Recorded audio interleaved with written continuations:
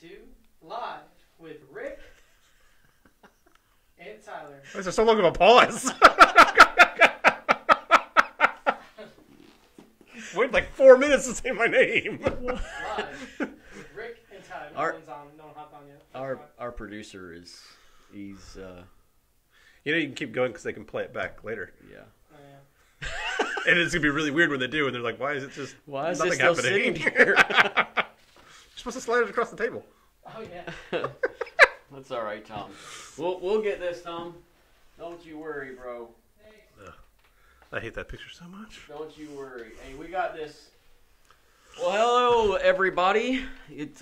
We are here on Thursday, and we are supposed to be dropping a video out there for everybody to see called Behind the Curtain, and we are actually going to do something different through the rest of the month. So the content calendar that we created that has Behind the Curtain videos, we're actually going to be doing this little setup called Live with Rick and Tyler, and we're just going to be talking about some different topics. And part of the reason why we did this is so that we could maintain our social distancing, and those videos are pretty close quarters tight, and so we are what are you laughing at, Tom? Why would you do that? Look, why would you come in here and start It's just like being in giggling? Christian school. You know, you got to leave room for Jesus. We got Jesus right there in the middle. That picture's great. Isn't it so good? And so, so this is going to be really casual, informal, where Tyler and I are just kind of go back and forth and talk about a couple of different things. And we just wanted to go live today to update you on this content and what we'll be sharing. And so, Tyler, it's going to be fun, right? I am super pumped. Are you scared? Are you nervous? Like, what are the emotions that you're feeling right now about this doing moment. something like this? Feeling some rage at this picture existing. Yeah, there is a lot to, and we'll probably share more in our next live because that is the personal side. But definitely, are you think you're prepared for us to go kind of back and forth with this? I don't know that there's preparing for a situation like this. I mean- I've worked with you long enough to not think that's possible. So what you're saying is I might have some special hidden things up my sleeve that you will catch you off guard, which I think is what the audience will want. Those who are tuning in, Right. All 5 of them will probably want us to try and really catch you off guard and see if we can't, cause you to stump the pastor, cause you to stutter. Which I don't know. Have you ever had how many times have you been stumped? With like questions? Yeah, with questions, or in the moment of a conversation where someone said something and you were just like at a loss for words. Never. It's happened a few times. It's not very common. Usually, because if someone asks me a question in an area that I'm studied, I can usually come up with some kind of answer. And you're studied in every area. No, it's just the further they get from like something that I should know, the more ridiculous the answer I give is usually. Just to make yourself look like you know. It's something that my family's done this for years. My grandpa used to do this because my grandpa was in the military and then he was a computer engineer, and so whenever they'd go driving, my grandma would ask him what a crop was, and so he'd just say Milo because it's a random obscure crop, and he said it for everything for 40 years. And she never caught on. I mean, they drove past corn and rice and like everything you could imagine. He said Milo every time, and she just always thought he knew what it was and never pieced together that he said the same thing every time. And so 40 years later, when my dad, who is an actual farmer, drove by, he starts laughing, and she realized that he'd been lying to her that whole time and didn't know. So that's kind of the way the men in my family are. It's passed down from generations. Is you ask us a question that we should not know the answer to, we will just make something up, and we usually say it with enough confidence that you think we're telling you the truth when we're really just patronizing you for thinking we would know that. So on a percentage, so now you've made me second guess everything you've ever told me. I no longer believe that you've told me any truth so far. I'm going to have to go back. No, and I will say if you ask me like something biblical, something church-related, things like that, and I don't know, I will say I don't know because it's reasonable that I could or should know. You're asking something under a field in which whatever little expertise I have is in that particular area. If you ask me about a movie and I don't know, I can say I don't know and things like that. But if you ask me some random like, how does the science of this thing work? I will just make it up because I don't know it. Or math, I'll just make it up. I'm like, I don't know. Yeah. Okay. But I'm like, why would you ask me that? I clearly don't know anything about those things. I've been in a math class since 11th grade. So, Well, okay, well, again, I think all of us are going to start really second-guessing anything you tell us from here on out. That was the and we're goal. definitely going to have to test whatever you tell us against some type of fact. Fact-checking is going to be a part of our normal interaction with you moving forward. That's so, usually a good idea. but part of the goal is in this informal back and forth kind of, there's really no rules, and we're preparing and we have a couple topics, but we're just kind of letting the conversation just flow and move through. And as people are tuning in, if you are tuning in, for whoever that might be, if you have questions or if you have comments, we do have our production engineer, our producer with us, who will, doesn't even stay in the room to see if there's he comments coming in. keeps walking out. I don't know where.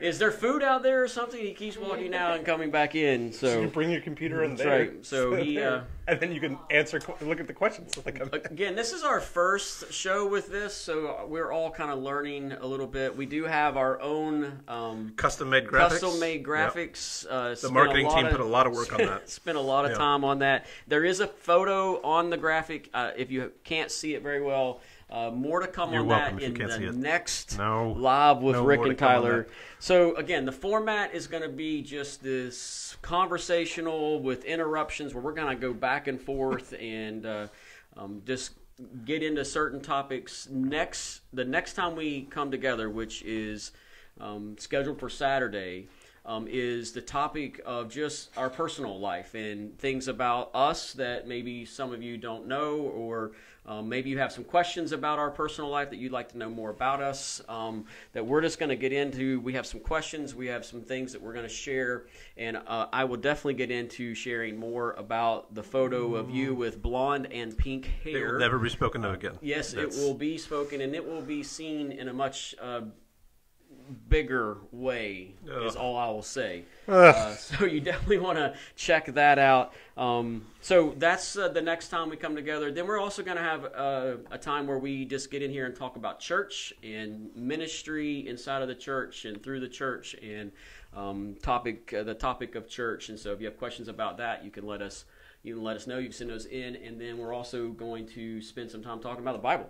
Yes. And the last one, after the Bible one, where we get into different topics with the Bible, we are going to come together for the last time at the end of the month, kind of talking about what's next. And so we're not sure with the pandemic and with some of the stay-at-home orders, work and home orders. We are still navigating through that. So we'll just kind of go through it together. Right? I mean, that's kind of what we're doing now. So we are at a safe social distance here. What did you say something We got about Jesus in the middle, so Jesus in the middle. He's the virus can't cross that he wooden. can't. No corona crossing that divide for sure. This is the ultimate social distancing. Thomas, do we have any questions? Has anybody? Is there anything coming in that we need to address right now? Tom's at a safe social distance as well. He's in the corner now. You might hear his voice from time to time. So I'm here. he's here. That's good input. So Tyler, have you ever done anything like this before? Not really. It's kind of like a live. I don't know what we call it. It's just kind of this live. Back and Taped forth conversation.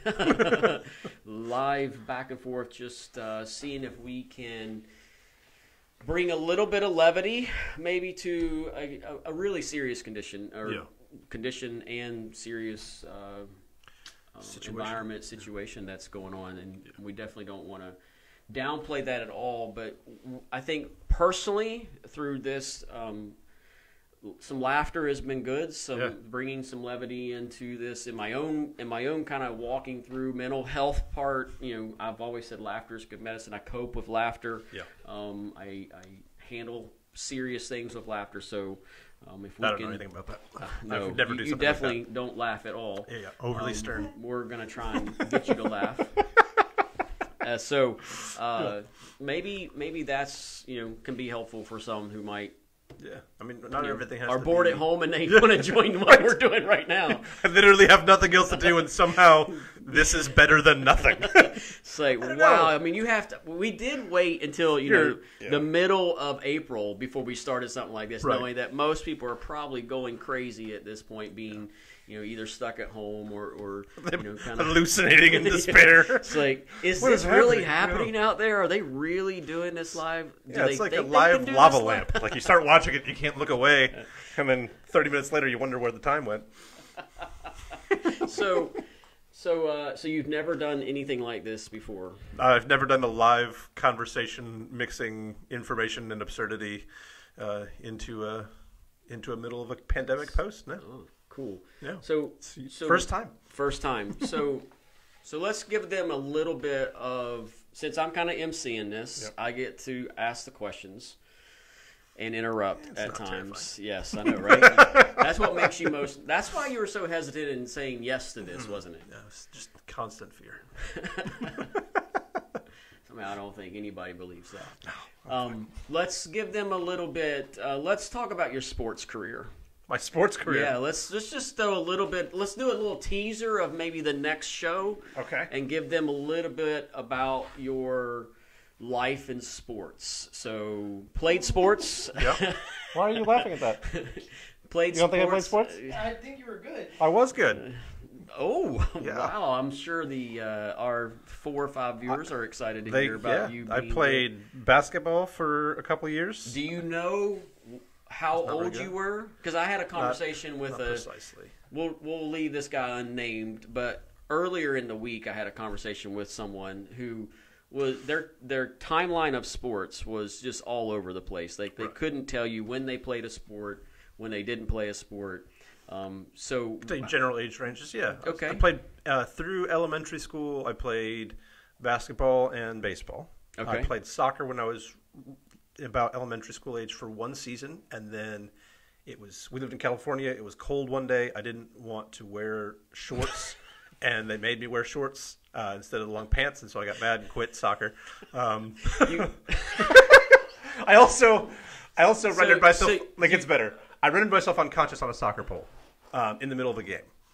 So I don't have any real memories of my life before that. You can't make this up. No, it's true. So my first actual memory that I can recall, and I mean I was probably young enough that I wouldn't have had a whole lot before that anyhow, but is my dad keeled over laughing as I came back to consciousness from running into a soccer pole with my face. Did you not see the pole? So I was looking. So I was running up. I was a forward, and so I was running up, and the guy behind me had the ball on the other side, and the goalie was over on the side with him. And so I was like, kick me the ball. I'm right by the goal. I can kick it in. Kick me the ball. And then I'm like, wait a minute. If I'm right by the goal, I'm about to. And then I turned, and right as I did, just face first, full speed, soccer pole. And my dad's like, I thought we found a safe sport for you. There's really nothing to hit. And I was like, you found the one thing. So, yeah, that was. And how old were you? I was probably about 8. This is prior to you quitting soccer for having to wear shorts. Yeah, that was the shorts thing was the final straw. Is this still an issue today? You wearing shorts? Are you kind of No, I wasn't allowed to wear shorts in school, so it was all jeans. So now even it's sort of the opposite now. It's like Myrtle Beach, 900 degrees, walking on the surface of the sun, and I'm wearing jeans in the middle of the summer. Yeah, but you would wear shorts, so you don't have I'll wear shorts to the gym, and if I'm doing something that involves exercise, and that's about it. I've seen you in shorts twice. Yeah, it doesn't. I don't wear shorts. Is it if I'm in pajamas, I'm going to bed, I'm not going to see anyone. If I'm going to the gym or if I'm doing something athletic, I'll wear shorts. Outside of that, it's pretty much long pants. Wow, and that started really early. That started in college. I wore them in high school and stuff like that. Sounds like it started when you were playing soccer and you quit. It was cold and they wouldn't let me wear it long. I'm like, it's too cold for shorts, and they're like, you'll be fine. You're running, and I'm like, I'm not running the whole time. It's cold. Bunch of savages. So soccer was your main sport? Or baseball was my main sport. Baseball, you played the longest? Yeah, I played baseball up through high school. Okay. I didn't play for the high school team at my school, but I played through high school in a team that wasn't affiliated with your high school. Right. And then you quit when you graduated high school? Yeah. I might have quit my junior year. What position did you play in baseball? I was shortstop and second base. Nice. Were you better fielder or hitter? I was pretty decent at both. I got an unassisted triple play playing baseball. Unassisted triple play, is that kind of like your your big- claimed your It's my big baseball moment. fame. Look, there are professional baseball players that have never gotten an unassisted triple play. You looked this up. It sounds like Well, there's got to be at least one. I imagine the pitcher hasn't done it yet. you said that with such confidence. And going There's- back to what we I said am earlier, certain there's at least one. yeah. So but I also feel like you probably researched that this would be something you'd want to know, so that when you do talk to people, you can tell them. I can't confirm or deny that. But yes. So no, I played baseball. I was ambidextrous. I didn't do a lot of batting left-handed, but I got mad when they wouldn't let me pitch with both hands because Okay. I pitched for a couple seasons. So Okay. because when you were younger, it was easier to switch positions and stuff. Did you switch it? Not a ton. I could. I was not as good left-handed just because I didn't do it as much. I hit better right-handed. I tend to throw better left-handed for a while. So Wow. but, Wow. So soccer and baseball. Well, didn't you say there was something else? Was Basketball. That basketball? How'd basketball go? terribly. Terribly. Yes, How long apparently- did you play basketball? I want to say I played basketball for 4 or 5 years. Yeah. Yeah, and mostly I can dribble, but I can't shoot for garbage. So I had a coach that told me, it's like, because it's one of those things, like, if they tell you something when you're young enough and it resonates in your brain, it's hard to unlearn it. And so even today, like, the coach was like, aim for that little square. And if you get the ball in the square, it'll go in the hoop. And I'm like, I hit the square every time. If I throw the ball from half court, I'm going to hit the square. Did you but argue it with the never coach? goes in the hoop. Feels like you would then have an argument with the coach. I didn't. I was like, that makes so much sense. Aim for the square, it'll go in. And so I took it as gospel, and man, I hit the square every time, but I can't get the ball to go in the hoop. Like 90 shots in a row, and they'll all bounce all over the place. Well, eventually, gravity's got to pull one down. So that's why you quit. I don't remember why. Because the evidence or the I was instruction not, that you were given I was not good. really work. It was not a loss for the basketball world that I Yeah. quit. How many- Baseball, I had some potential, but Had basketball. some potential in I baseball. played racquetball too for a long time. I just didn't know if that counts. So. You don't know if racquetball counts as a sport? Yeah. When did you play racquetball? Was this college? High school. High school. High school into college. I didn't play a professional, like in a league or anything. Just in at college, the local gym Yeah. or something, you played Yeah, racquetball? we had a couple courts at Were our people school. nervous, like other players, when they saw Tyler Edwards walk in with his racket? I was pretty good. My Were parents they- were mad at me because my parents are tennis players, and I'm ambidextrous. And I picked a sport where you tie the racket to one hand, so you can't take advantage of being ambidextrous. So my mom was very angry about that. One of the reasons I did it. So you rebelled. Yeah. So you used racquetball as a way to rebel against your parents. Yeah, it was a lot healthier than a lot of other ways that you could rebel against your parents. That was my good Christian boy rebellion. Was rebellion a good thing? I like. Are you promoting rebellion? No, I just.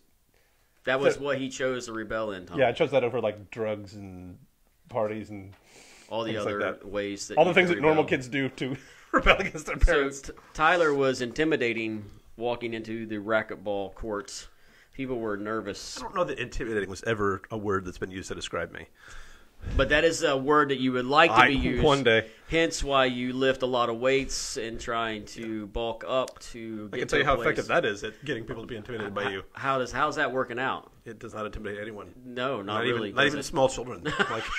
Like you realize that I What they curl see more is than you weigh. Somebody who I Like, can no. climb on and have no problem doing Right. that, right? That was the big tactical mistakes. That now that you just become a jungle gym. Yeah. So that was definitely, you didn't think that through. I did not. Yeah, because that gets you in trouble. So your sports career ended at the end of high school. Nothing in college, huh? I played some racquetball in college, and we did a lot of ultimate frisbee in college. That was like 4 or 5 times a week for 2-3 hours. Okay. So, yeah. Ultimate frisbee. Yes. Some off the main page of the sports world for sure. There. Yeah, Racquetball absolutely. and ultimate frisbee. Wouldn't have actually saw either of those in your sports path, your career path, but good to know. So that gives you a little bit of Super deep insight. Yeah, super exciting, but gives you a little bit more of this conversation about life and what we've experienced and what our lives have entailed over the years and stuff. And again, our next live will include more of that type of discussion, our personal, lives. And so if there are questions that you have about that, please share them with us. So we are in the middle of a pretty, serious situation, this pandemic.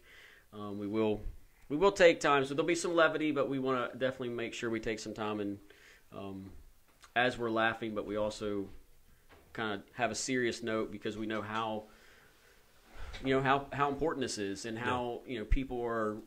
We talk to people almost every day that are trying to make decisions for their families, for their lives. People that are struggling through all of this, and we're not anywhere. It seems like near coming out of this. At least feels like we're kind of just right in the middle of it. Wouldn't you say? Yeah, the tunnel doesn't have any light yet. Yeah, I mean, it seems like we're trying to get some light. Like there's trying to be some discussion around reopening the economy and businesses going back and stuff. But we still see cases popping up. People still seeing death and all of that, and still not hearing a lot from. I know the medical community and scientific community are working as fast and as diligently as they can to get us to a place where there might be some type of vaccine or something that can help kind of treat and all that. But in the middle of that, we want to just make sure that we're preaching to ourselves as much as we're sharing it with others, that we are trusting and believing that God is in complete control of all this, and we hold on to Him in the midst of kind of the chaos that spins around us, right? Absolutely. Navigating all that is always challenging, is what's worth the risk and not worth the risk, and how do you I think the biggest challenge for me is just knowing that there's this period where you can be contagious without even being aware that you have. Like, that's the part that makes it, I think, the worst. Right.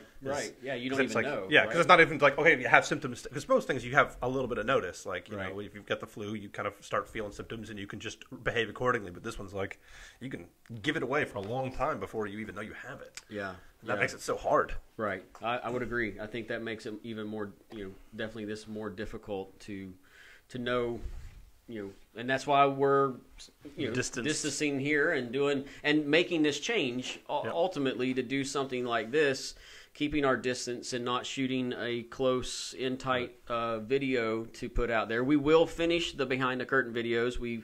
I think we put 3 of those out there. Yeah, we had 3 shot before the distancing stuff increased, and then we got 5 more that we want to do that will give us a total of 8. So once we're able to come back and do those videos, we will put those together, and then you'll probably share those through our social media and on our website and all of that. So in the meantime, we're going to have this little show called Live with Rick and Tyler, where it's kind of unscripted.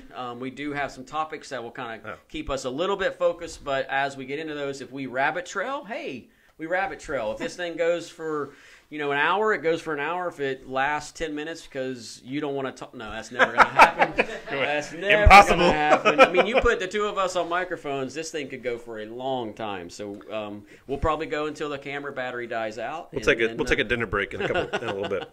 We might do a marathon. Oh. How about a marathon? We could do it. Yeah, we could go. Do call in donations and stuff. We'd raise so much money.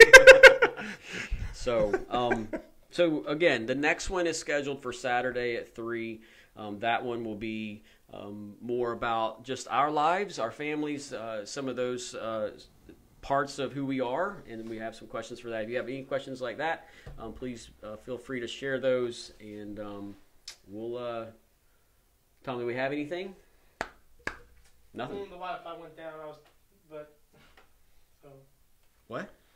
We might have, but not right now. We're still going? You can't check it when it's sideways. Oh, we're still going. Oh, your Wi-Fi went. Oh, I got you. All right. So, do you want to use my phone to check the? Yeah. You want to look that up? I mean, again, we're just kind of. No, I was asking individual people on my own Facebook. Oh, you were just talking to somebody. I don't know what's happening right now. Our producer doesn't make any sense. It is Tom though. So. Let's see. You're gonna look it up. So Tyler's going to check it out. Any comments? There are comments, but nothing that seems to be a question. Questions? Okay, cool. We just want to, this is another way maybe for us to interact, connect with you guys if you're out there and you want to jump on. And okay, so some of the sadistic people online love the table sign. Shame on you. Yes, I worked hard. Again, you want to tune back in. Repent. Because we will, there's a story behind that, which we will share. If you do not know the story, we will share that. I'm looking forward to that and asking some more questions and learning more about us. And so, any final thoughts on this first live with Rick and Tyler? I feel like this was some of the most epic things that people could be doing with their time.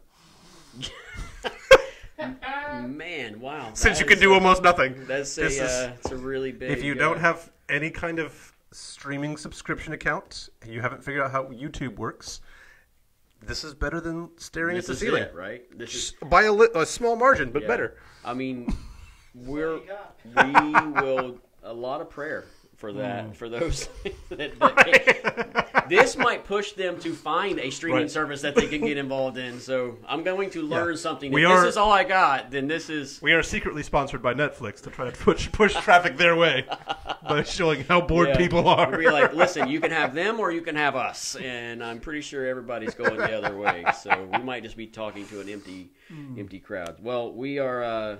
We're excited to share a little bit more in the coming weeks, and just know we miss you guys. We're praying for you guys, and we're hoping that maybe we can bring a little bit of laughter and some levity into your lives as we just walk through this time together. So we'll see you on Saturday. See you then. Saturday.